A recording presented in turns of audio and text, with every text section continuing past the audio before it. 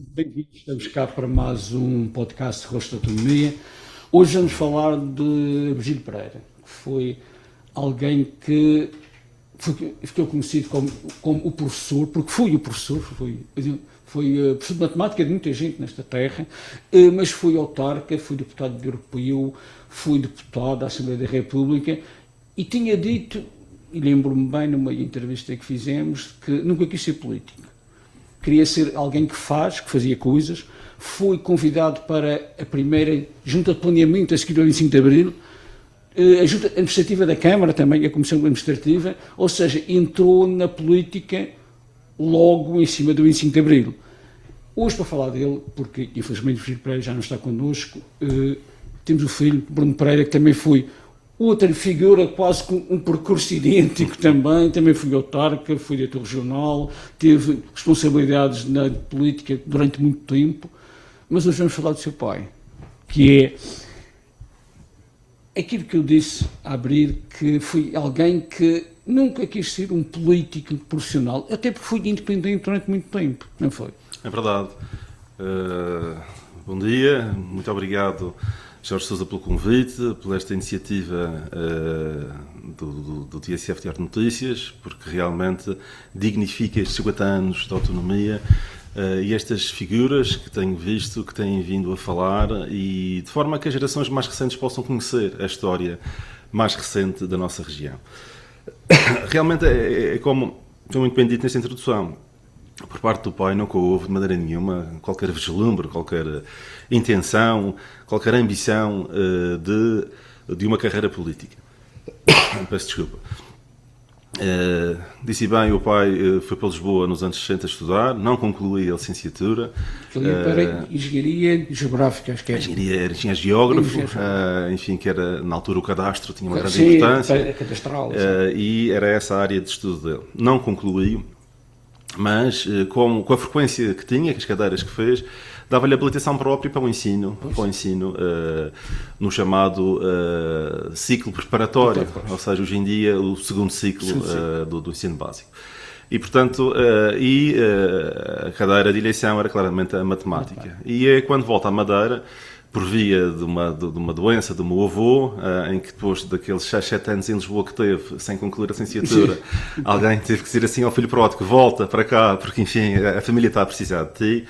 Ele volta para cá e começa, em primeiro lugar, com as explicações de matemática, porque já o fazia o mesmo em Lisboa, os últimos anos que teve em Lisboa, sustentou-se dessa maneira e aqui continua com as explicações de matemática. Mas daí foi um passo realmente para integrar a escola Gonçalves Arco, que na altura funcionava dentro do batalhão.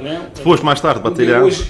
Onde hoje é a Universidade da Madeira, mas na altura a Escola Gonçalves Arco funcionava dentro da Escola Comercial e Industrial do Funchal, era assim que se chamava. E portanto as pessoas diziam, o Virgílio Pereira foi professor de Escola Industrial, foi, mas realmente ele era quadro, era da Escola Gonçalves Arco, que estava nas mesmas instalações, no mesmo sítio.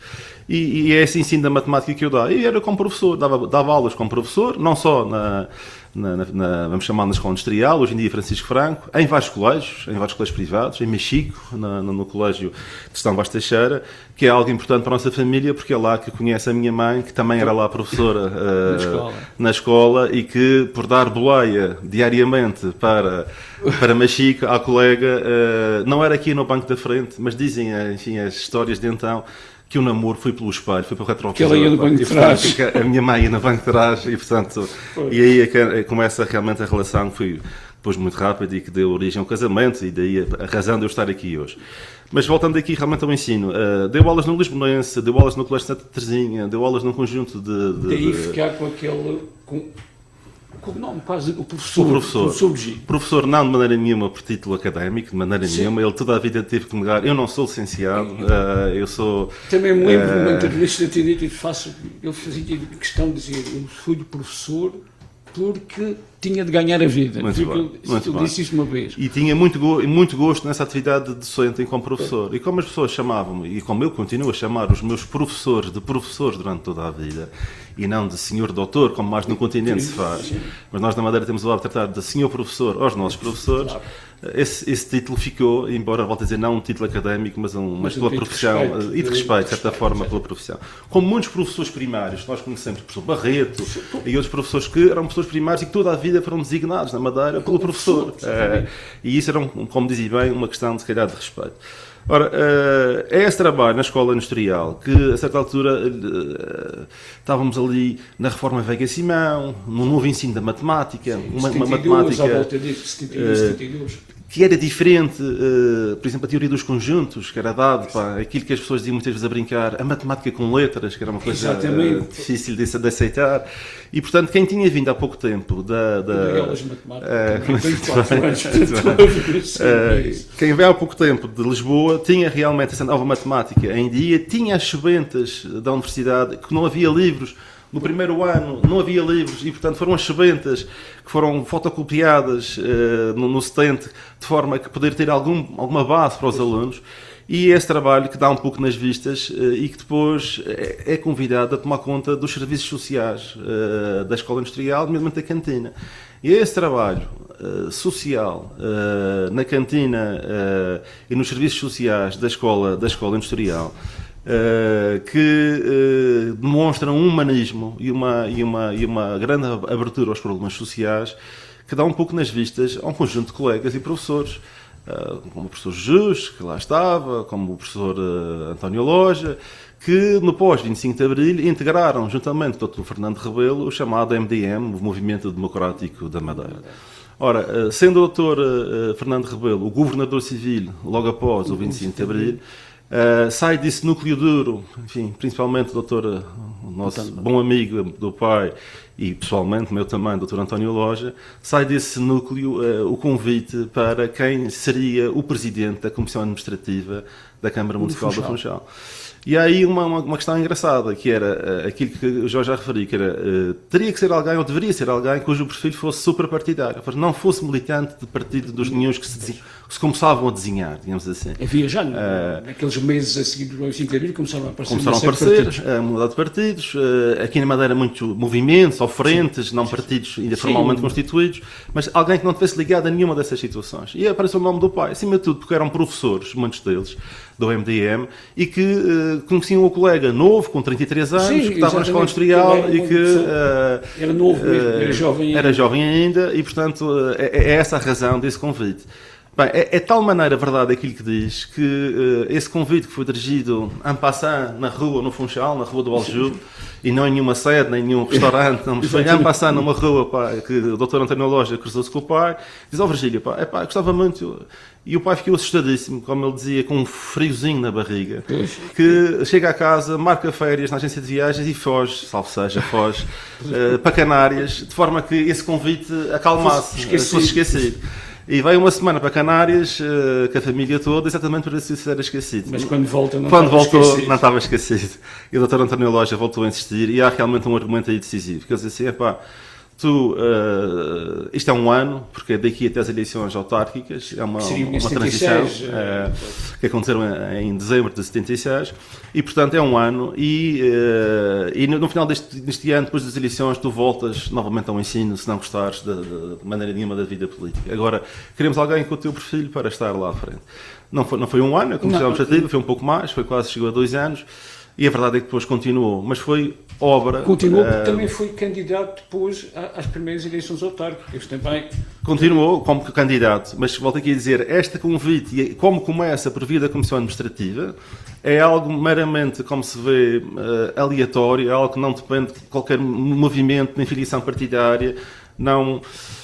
O pai, como dizia, nunca tinha entrado na Câmara, a não ser como vogal da direção dos Bombeiros Voluntários Madeirenses, que tinha sido levado para lá pelo meu avô, comandante. Isso é uma tradição familiar. Vasco Camacho, nós até hoje continuamos muito ligados aos bombeiros, e que tinha ido ainda falar com o Dr. Fernando Couto, presidente da Câmara, antes do 25 de Abril, pedir um subsídio para os bombeiros voluntários. Ele dizia que foi a única vez que eu entrei na Câmara, foi para essa situação dos bombeiros voluntários.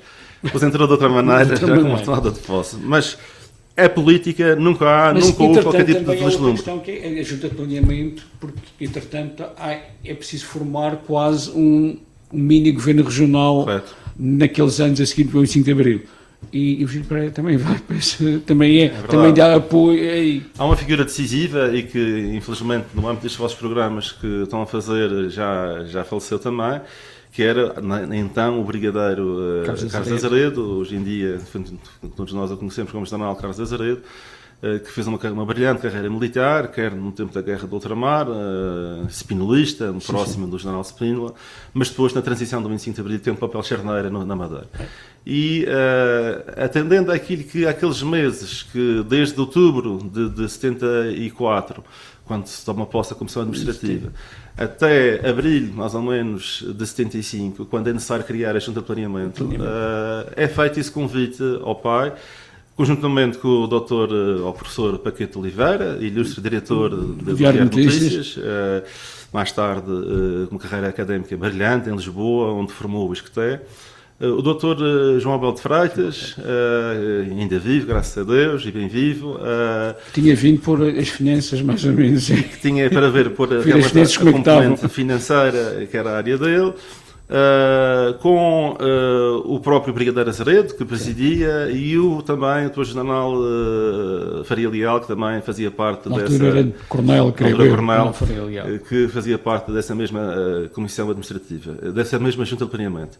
Chama-se Junta de Planeamento porque é engraçado, porque nós vínhamos da Junta Distrital do Funchal. Exatamente. Portanto, tinha o nome Junta, mas planeamento porquê? Porque há a fusão de duas entidades. A Junta Distrital do Funchal com a Comissão de Planeamento, que no fundo é o início das competências de planeamento na região autónoma da Madeira, que depois de hoje em dia, se podemos dizer, o herdeiro dessa, é o IDR, se quisermos, o Instituto de Desenvolvimento Regional. Isto na altura teve também, David Caldeiras também estava ligado, depois na fase seguinte, na junta seguinte, que já se chama Junta de Desenvolvimento Regional, se a memória não me falha. Exatamente. Mas depois das eleições, em 76, Virgílio Pereira concorre pelo, então já era PSD, já tinha passado PPD para PSD, mas é independente, continua como independente. Sempre foi, enquanto esteve na Câmara, independente. Não só ele, mas todo o elenco, ou seja, todas as pessoas que fizeram parte, quer da Comissão Administrativa, quer nas listas da Câmara Municipal do Funchal, pessoas como o Sr. Aurélio Gonçalves Canha, como o Dr. Carlos Vasconcelos, como o Gabriel Trigo Pereira, só para denominar aqui alguns, mas enfim, podia falar tantos mais, dessa lista por parte que o meu pai presidiu, eram sempre independentes. Era uma condição sine qua non, era um requisito que era concorriam por um partido, tinham que concorrer, não é? Muito bem. O PSD porquê? Porque é um partido grande, que tinha uma máquina que tornava as coisas um pouco mais fáceis do ponto de vista também tinham vindo muitos daquele MDM, também muitas pessoas tinham vindo daí. Também. Sim, ideologicamente, como é evidente, eu diria que andavam todos entre um pouco o PSD e um pouco o Partido Socialista. Um pouco exatamente. Ali um centro, era uma centro-esquerda, na altura, a social-democracia. Essa era sempre a referência do pai. A social-democracia, nomeadamente as democracias escandinavas, sim, que na altura claramente dominavam, digamos assim, muito aquilo que era a moda, aquilo que era um entendimento dessa geração, que era a social-democracia escandinava, que era essa, digamos assim, a área onde se situava. E, portanto, até o último dia que esteve na Câmara, até janeiro de 84, até o final de 83, toda a equipa era uma equipa independente. E, portanto, o pai vem a ser militante do Partido Social Democrata, anos mais tarde, já como deputado à Assembleia da República. Pois, mas antes ainda há um sai e entra na Câmara, que foi a Assembleia da República, deputado da Assembleia da República, e entretanto há eleições na Câmara, mudam-se, vai para lá o professor João Dantas também. Aliás, a tradição de professores vai continuando. Mas depois há umas eleições, vamos dar um salto, as de 93, que são aquelas eleições em que o PSD vê-se obrigado a ir buscar o Virgílio Pereira. Porque, embora nessa altura as sondagens não fossem ainda tão corriqueiras e correntes como são hoje, já havia indicações que não ia ser fácil ganhar a Câmara do Funchal. E vão buscar o Virgílio Pereira. É verdade. Deixa-me só mencionar aqui um nome, enfim, porque todos são importantes, que é entre o Presidente João Dantas, há ainda o Presidente João Sá Fernandes. Um mandato logo a seguir. O Virgílio Pereira foi o João Sá Fernandes, exatamente. Faz um mandatos que então eram de 3 anos e não de 4. Sim, e as eleições eram em dezembro, não eram em outubro como agora. E, portanto, essa situação que o Jorge fala bem, prende-se um pouco com, depois dos mandatos de João Dantas, enfim, eventualmente um certo desgaste e, acima de tudo, um fenómeno que ele não teve culpa nenhuma, mas que acabou por ter alguma preponderação em tudo isto, que é o temporal de outubro de 93. Porque é realmente um primeiro temporal que existe, com grandes consequências, 5 mortes, se a memória não me falha, em outubro de 93. Talvez 6, 7, 6, 5. Mas no Funchal, muito bem, desaparecidos até hoje, muito bem, tem razão. E realmente as consequências políticas, digamos assim, da gestão desse evento foram difíceis e, na altura, o Dr. Alberto João, como presidente do PSD, vai convencer o meu pai, que estava em Bruxelas, que foi o primeiro deputado ao Parlamento Europeu pela região autónoma de Madeira, para regressar à Câmara Municipal da Funchal. E isso é uma conversa que teve, digamos assim, não digo bastantes, mas que houve algumas exigências. E algumas delas era o suporte financeiro que o Governo Regional devia dar à Câmara, de forma a que as obras que eram necessárias fazer fossem realmente concluídas e feitas.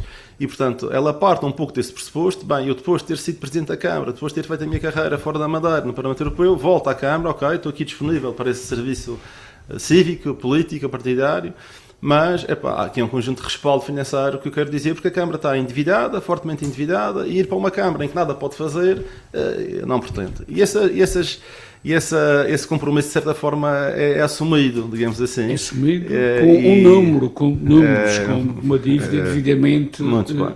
Essa dúvida é apurada, é definida, digamos assim, como é que as coisas deveriam funcionar e avançando para essa campanha, que é uma campanha muito engraçada, que tem problema um pouco aquilo que é acho eu, a imagem do pai, que é o Funchal de Alta Baixo.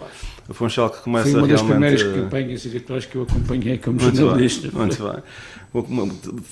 Trazendo sempre a questão das zonas altas, trazendo sempre a questão da heterogeneidade social, trazendo sempre esse humanismo, essa forma próxima das pessoas, essa proximidade muito grande, essa componente social muito grande, que mais, assim falávamos de ideologias, mas que eu acho que, se permite voltar um pouco atrás, Jorge, há uma questão que é subjacente disto tudo do pai enquanto jovem, que é a questão da doutrina social da Igreja, e é ter militado, salvo seja, frequentado quer as conferências vicentinas e depois a JEC, enfim, os jovens estudantes católicos, e o Padre Mata, que é um padre que era orientador espiritual e que depois vai para o Brasil, onde cria a Aldeia da Paz, que hoje em dia temos aqui depois no Santo da Serra, e que criou esta forte consciência social em alguém que, sendo católico, tinha realmente uma intervenção de uma igreja que devia estar ao serviço daqueles que mais precisam dessa mesma ajuda. E é essa componente que vem muito dessa frequência católica que molda a vida do meu pai. E, portanto, não tenho dúvidas que, mais que uma questão ideológica, é essa questão católica da doutrina social da Igreja que até ao fim. E isso volta-se a manifestar nas eleições de 93 a 94, com esta campanha Funchal de Alta Baixo, em que era necessário dar um novo alento, digamos assim, à população, que tinha sofrido um pedaço das consequências desse temporal, ali na zona de São João, foi fortemente fustigada na altura, e ganhou não de uma forma expressiva. Foi contra André Escórcio, na altura. Foi contra o professor André Escórcio. Raramente falamos nisso. A Assembleia Municipal não teve maioria. Não tinha maioria. E, portanto, foi realmente uma eleição muito difícil e que muitas vezes ouvi dizer, e não quero especular sobre isso, se não fosse o Virgílio Pereira, se calhar o PSD não tinha ganho. Enfim, quem sabe, não se pode alterar por esta história. E, portanto, na altura, até a própria oposição assumia isso. O professor André Escórcio sabia que uma coisa era enfrentar outro candidato do PSD, outra era alguém que já tinha todo esse historial, e tinha também esse perfil que tinha Virgílio Pereira. Porque eu lembro que essa campanha também foi muito marcada nas zonas altas do Funchal. Muito.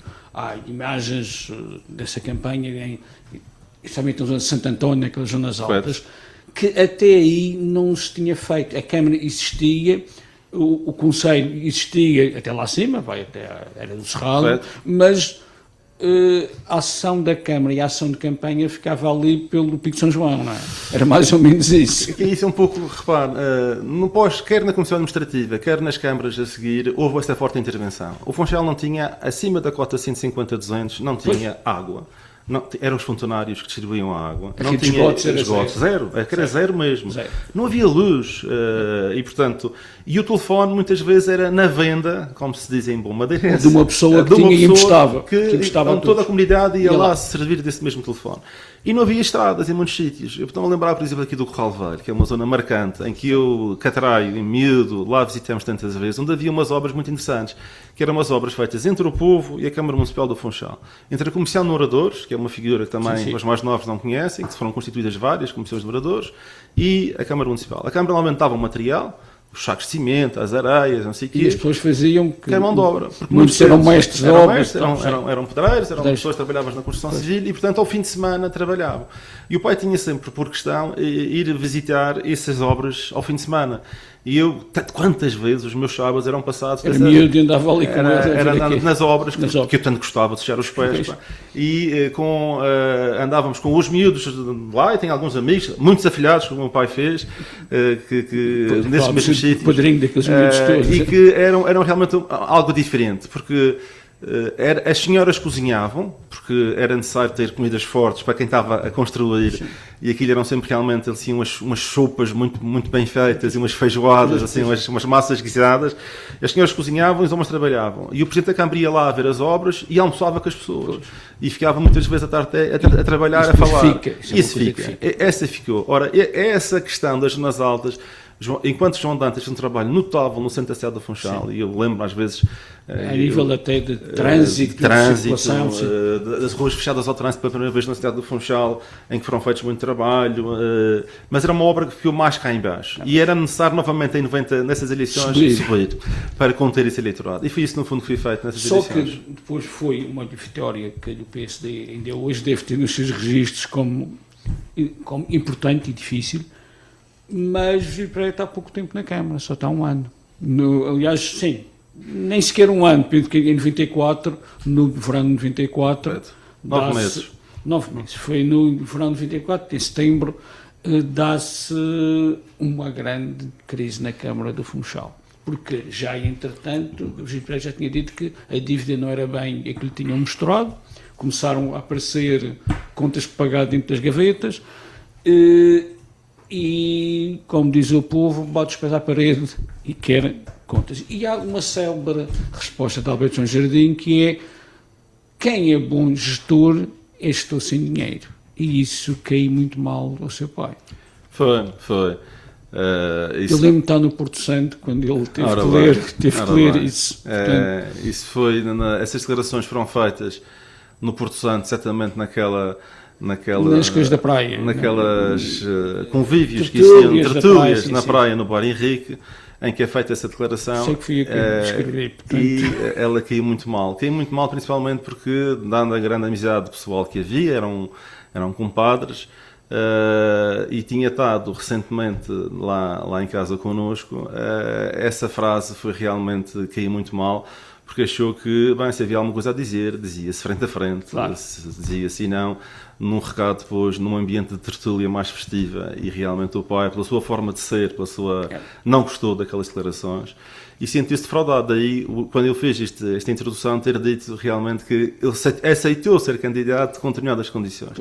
E ao longo destes 9 meses foram aparecendo muitas surpresas, e realmente tornava-se difícil fazer um conjunto de compromissos. Eu lembro-me que um dos compromissos mais marcantes que tinha é que, nessa altura, havia uma última grande ligação rodoviária a fazer, que era São João Latrão, em São Gonçalo, e que era algo que ele queria muito fazer. Mas era uma obra cara. A Câmara não tinha a mínima hipótese de fazer sozinha. E, portanto, daí realmente... E nessa altura ainda não havia aqueles contratos de programa que mais tarde vieram a acontecer. Se tornaram vulgares a seguir. E, portanto, foi um pouco essa situação que ditou, e houve ali realmente um cisma, digamos assim, um cisma entre os dois compadres, que, embora, enfim, amigos, tiveram ali um período muito complicado do ponto de vista da sua relação pessoal, mas o pai, como sempre na vida, disse: não, eu tenho 55 anos, há que dar lugar aos mais novos, e, portanto, sai daqui, não tenho condições, e, portanto, os mais novos continuam. Mas antes disso, no Chão da Lagoa, naquela festa do PSD, o Virgílio Pereira já tinha deixado um sinal de que as coisas não estavam muito bem. Sim. Faz um discurso de quase de pode ser que me vá embora. Sim. Já há um pequeno sinal nessa altura. Há aqui uma questão que também, enfim, agora se pode dizer que é um cunho pessoal. Há aqui uma questão que não é também, enfim, estranha tudo isso, que é a questão do seu estado de saúde, ou seja... Sim, ele na altura falava mais disso, disse que era o último caso, não foi, que viveu ainda muito mais bem, anos, ainda bem. Dizia que era sempre o último caso da sua vida. Era, exato, na altura tinha sido sempre que essas analogias... Marques e ele faz essa gostava muito de dizer, enfim, gostava muito das citações literárias, como o último caso, como também na altura da conferência da sua demissão, acaba dizendo, eu dizia que a Lília Bernardes dizia sempre isso, que lembrava sempre disso, dizia que o pai disse aquilo com um tom teatral que era porque as árvores morrem sempre de pé. E portanto foi assim que ele concluía a conferência de imprensa quando se demitia.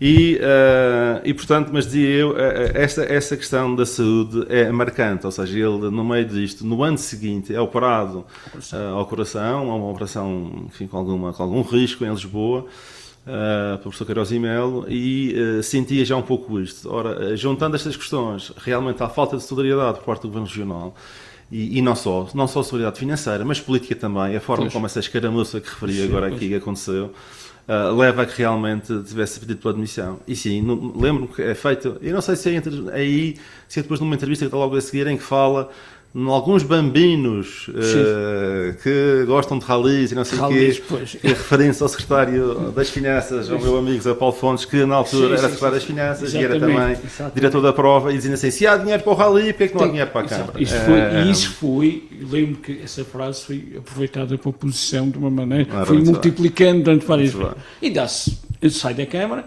como disse, era dar o lugar a mais novos, e o mais novo estava lá, era Miguel Albuquerque, que nem sequer estava, me lembro na altura, nem sei se estava a tempo inteiro na Câmara. Era o número 2, mas ainda era deputado na Assembleia Regional. E vice-presidente da Assembleia. Exatamente. Era assim.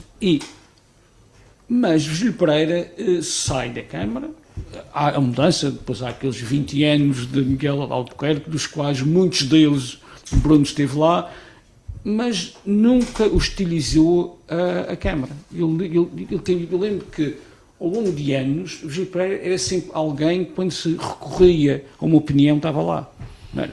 Lembro que havia até uma certa solidariedade com a estrutura. Primeiro porque houve com essa equipa, que foi uma equipa notável, tenho que dizer, foi uma equipa notável, que era... No Raimundo Quintal, era aí que eu queria chegar, era também, mais uma vez, essa preocupação. Cá está os Estados independentes.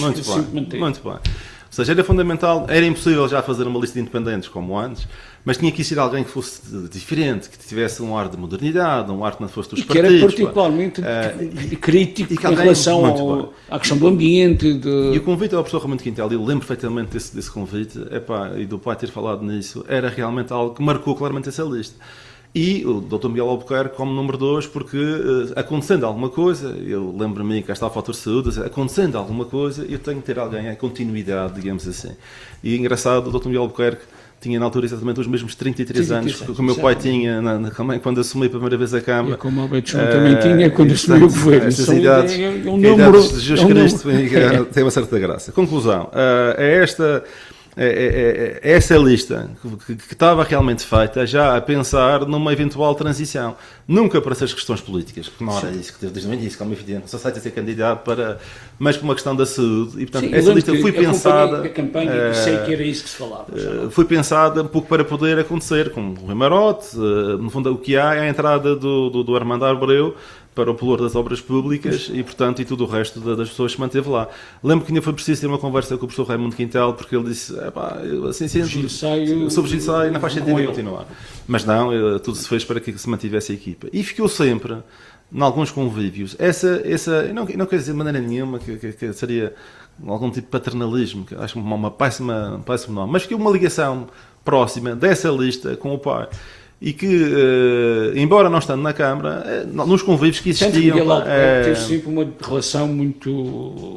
falava sempre que eu vi o professor Virgílio, ele disse-me, especialmente aqueles 2 primeiros mandatos, montes de vezes dizia, eu fui-lhe perguntar ao professor como é que ele faria. É engraçado, eu digo assim que é o segundo compadre, depois de Alberto João, que foi o meu pai era compadre, também Miguel Albuquerque acaba por ser compadre do meu pai, por via de batismos de filhos, e realmente era às vezes brincávamos lá em casa e o compadre mais velho e o compadre mais novo.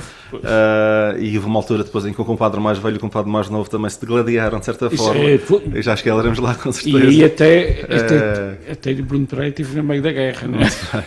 E portanto, e realmente essa ligação existiu sempre, muito, muito para a proximidade, com essa equipa que ficou, Ricardo Silva, um papel fundamental como variador também do urbanismo, e portanto ficou aqui uma amizade grande, essa equipa que o pai formou nessa altura.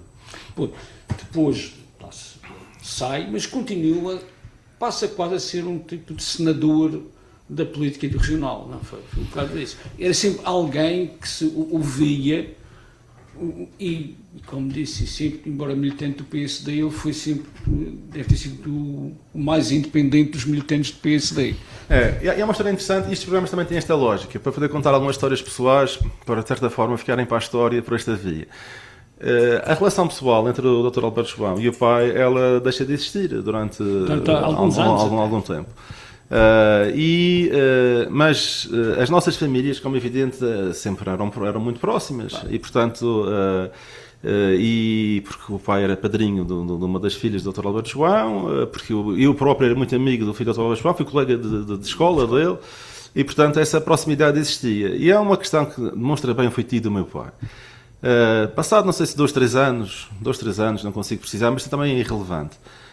No Porto Santo, cá está, sempre no Porto Santo, ele vai à casa do governo, então casa do governo, e bate à porta e diz, vem uma senhora empregada, diz, eu queria falar com o Sr. Presidente do Governo, diga que é Virgílio Pereira. E o Dr. Alberto João vem à porta, estranhíssimo, porque não falavam os compadres há 2 ou 3 anos, que não falavam. Alberto João contou também essa história. E ele diz, claro, como duas...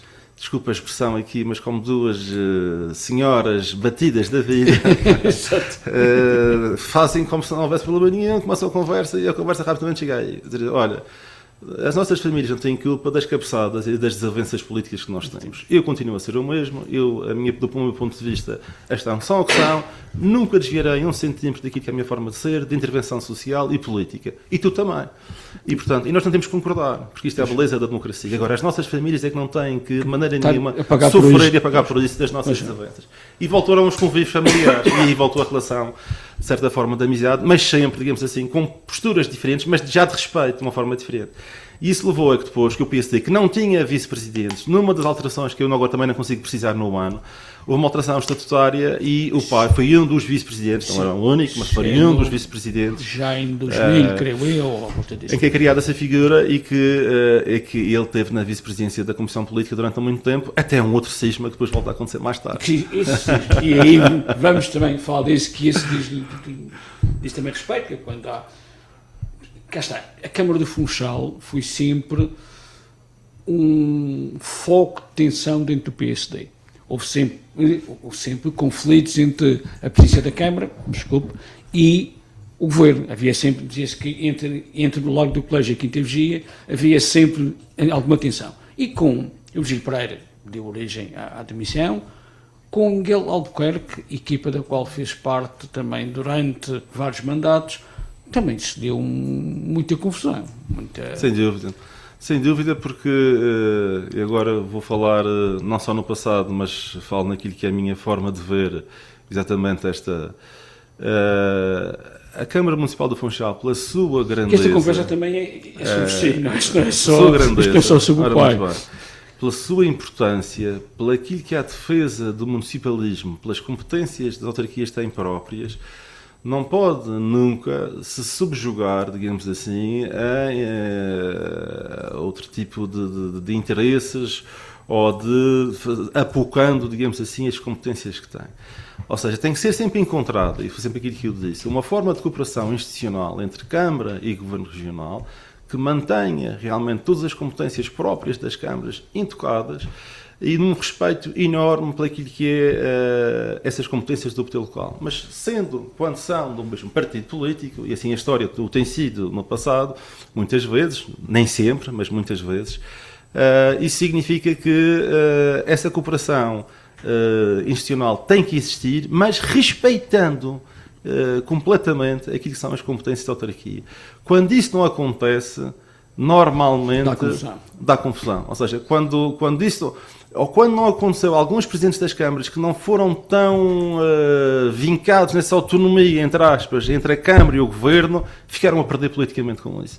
E, portanto, eu não quero dizer de maneira nenhuma coisa que é uma cartilha política, não tem que acontecer, porque o mais importante é que essa cooperação exista, institucional, mas dentro sempre do respeito. Não pode haver de maneira nenhuma. As pessoas dizem isto na rua. Quem mandou na Câmara em determinado momento foi a quem teve Isso não pode acontecer. Isso não pode acontecer. É algo que, como profundamente municipalista e autarca que sou, esse respeito tem que existir. E isso sempre foi aquilo a forma de trabalhar de Miguel Albuquerque e nas câmaras que eu pertenci com ele também. Mas depois dá-se a cisão e Miguel Albuquerque afasta-se, mas o Bruno Pereira é candidato pelo PSD e o PSD perde a Câmara do Funchal e dá-se um grande cisma dentro do partido. Como é que foi isso para si, mas também para o seu pai, essa situação? A eleição de Miguel Albuquerque e Álvaro João. Sim. Não, foi a primeira grande tensão dentro do PSD e com blocos completamente definidos. Ela tinha que existir, essa sucessão do Dr. Álvaro João tinha que existir, porque é a lei da vida e, portanto, ela tinha que existir. E devia ter existido de uma forma diferente. Infelizmente não aconteceu. E, portanto, o Dr. Miguel Albuquerque, e muito bem, entendeu que deveria apresentar uma candidatura e avançar. E muito bem, porque eu posso dizer que desde no início esteve claramente e participei nesse trabalho. Há um facto ali, a mim pessoalmente, que criou alguma tensão comigo, o Dr. Miguel Albuquerque, que é uma entrevista que é dada dizendo que ou a atual variação de então continuava na sua íntegra presidida por mim, como candidato, ou todos nós concorreríamos de forma independente para... Ora, essa entrevista, ou essa informação que foi dada ao Diário de Notícias... Foi antes de falar comigo próprio. E, portanto, é essa situação e é essa antecipação que eu realmente tive grande dificuldade em digerir, porque, volto a dizer... Porque a ideia era... Iam todos consigo, mas como independentes. E, portanto, eu disse, se são todos comigo, se é para eu presidir com muito gosto... falarem comigo antes. Enfim, sou eu que tenho desde o início de estar aqui, com quem eu gosto de trabalhar, com quem eu vou apoiar, mas sou eu que tenho de decidir e não vou ser levado ao colo por ninguém. E isso é um pouco a situação, e a desavença que existe foi muito ditada por esse momento em concreto. E que, lá em casa, vamos lá ver uma coisa. Há uma coisa que eu lhe posso garantir, ao longo destes anos e de todas as circunstâncias, quer do pai com o Dr. Álvaro João, quer comigo, menos com o Dr. Álvaro João, mas também algumas vezes que tivemos, quer com o pai do Dr. Miguel Albuquerque, quer comigo e com o Dr. Miguel Albuquerque, há uma coisa que eu lhe posso dizer, não se confunde os planos de amizade pessoal com políticos. E, portanto, do ponto de vista da amizade pessoal... Continua a dar-se bem. Continua a dar bem. O filho do Dr. Miguel Albuquerque, que é, mesmo depois do meu pai morrer, vai almoçar todas as semanas lá em casa, da minha família, com muito gosto, fazem parte da família, a amizade existe e perdura sempre, porque essas coisas nada têm a ver com política. A política, todos nós temos nossas posições, todos nós discordamos quando achamos que discordar. A política para mim é algo sério demais. Não vejo a política como um movimento de terra queimada. Quando fui chamado para intervir politicamente, disse presente durante muitos anos. Quando, por alguma razão, achei que era a altura de ir embora, fui-me embora sem levantar qualquer tipo de problema, dando lugar aos mais novos e, da mesma forma que entrei, saí com discrição, com a coluna vertical bem erecta, porque acho que é assim a forma de ser a política. A política não é uma profissão, a política é algo que nós somos chamados cificamente. Quando somos chamados, damos o melhor pela população que nós servimos. Quando, por uma razão, não faz parte do nosso plano de vida, ou para os partidos que representamos, não querem a nossa ajuda, por isso simplesmente saímos. Continuamos amigos e avançamos. Claro. Isso aqui que é normal em democracia. E, portanto, e sempre com um profundo respeito democrático também, ao mesmo tempo, peço desculpa, pela questão da oposição, porque não é a separação político-partidária que faz as pessoas menos ou mais amigas. Dito isto, não significa que o momento em que nós estamos a passar é um momento mais baixo do ponto de vista político, onde, infelizmente... Essa era uma questão que eu ia pôr. Hoje, provavelmente, o Virgílio Pereira não se meteria nesta política. Hoje, claramente, esta política deixou de ser importante a beleza da árvore, a árvore ser frondosa, sim, ter uma árvore com ramos grandes, sim, em que conseguem acolher debaixo dela muita gente, sim, em que consegue. Isso não é o mais importante. O mais importante é a gambiarra que pisca em cima da árvore, que faz muitas luzes, é o populismo, é as redes sociais, é, digamos assim, um trabalho que é diferente, é difamar, é um populismo, como diz, com base na difamação, muitas vezes na mentira mesmo. Sim, sim. E isso quer para o meu pai, mas para mim mesmo, somos feitos da mesma forma, ele ensinou-me com a mesma forma, tenho alguma dificuldade nessa mesma política. É algo sério demais, a política é algo sério demais. E deve ser feito em transparência, em diálogo com a população, em respeito à população, em proximidade, em humanismo, dentro daquilo que são os princípios da doutrina social da Igreja e, portanto, claramente é assim a minha forma de ter política. Quando a política se transforma numa coisa diferente, é uma grande chatice. Mas deixar quem lá está bem, neste momento faça o seu trabalho. Estamos a terminar, mas uma questão que tinha que pôr é, e pegando o que acaba de dizer, se não faz mesmo falta mais de Virgílio Pereira nesta política regional, na Madeira mesmo, porque é alguém que, como disse no início, teve um trabalho social importante e era uma pessoa reconhecida por toda a gente, até pela oposição, era um homem de trabalho, de fazer coisas e de pôr menos aquela questão da imagem, do aparecer. Ele era grande, era uma pessoa grande, mas não gostava muito de aparecer.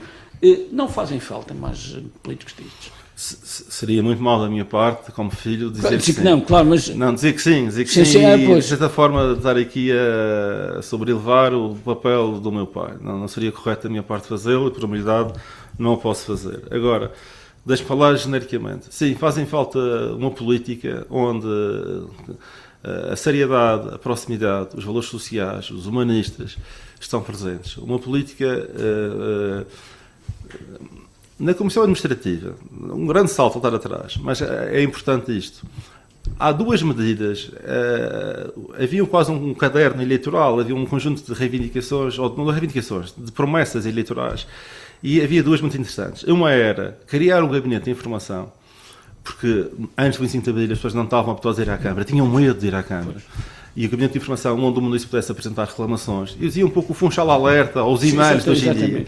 E a outra que é notável, que era no gabinete do Sr. Presidente da Câmara ter uma caixa de correio, onde a chave era só ele que tinha, e a secretária, onde qualquer pessoa podia ir lá deixar uma carta, em que não era vista pelo chefe da Secretaria, pelo funcionário, era diretamente para aquilo que o e-mail veio, de certa forma, a resolver mais tarde. Era muito bem. E, portanto, essa forma de personalista de fazer a política, onde tem que haver tempo para falar com as pessoas, onde, independentemente, e de maneira nenhuma, nada contra as redes sociais, ela tem que existir, mas isso não substitui a proximidade física no terreno, de falar, de sujar os pés, de falar com as pessoas. E isso é a grande beleza do trabalho da Câmara. Eu dizia sempre que é aquilo que mais, quem me conhece, me apaixona da Câmara. É porque eu tanto estava nas zonas altas, ou numa obra, ia ver uma obra e falava com a população. Como chegava à Câmara, desculpa aqui esta analogia rápida, mas limpava os sapatos e sentava-me na farda número 1 de gravata, falando com o senhor embaixador da França que estava de cá de visita. E é esta polissemia, vários vertentes que a Câmara tem, que é um ser realmente fantástico, onde nós trabalhamos do ponto de vista técnico uma grande seriedade, onde recebemos do ponto de vista protocolar toda a gente e chefes de Estados, mas quando falta a proximidade do Sr. José, da Sra. Maria, que eu tenho que conhecer pelo nome, eu tenho que conhecer quem é a filha, e onde é que ele está, e que se eu me ligar eu tenho que atender no momento, quando isso faltar, enfim, nas autarquias, algo está a falhar. E isso nunca poderá faltar. O receber as pessoas semanalmente, o ter tempo para receber, o ter tempo para ouvir, o ter tempo para ir ao terreno todos ao sábado, que é o melhor dia de manhã para o fazê-lo, seja na Câmara do Funchal, seja na freguesia mais pequena das Chadas da Cruz, ou da ilha, das mais pequenas, ela é igual. O princípio é o mesmo, é o princípio de ser autarca.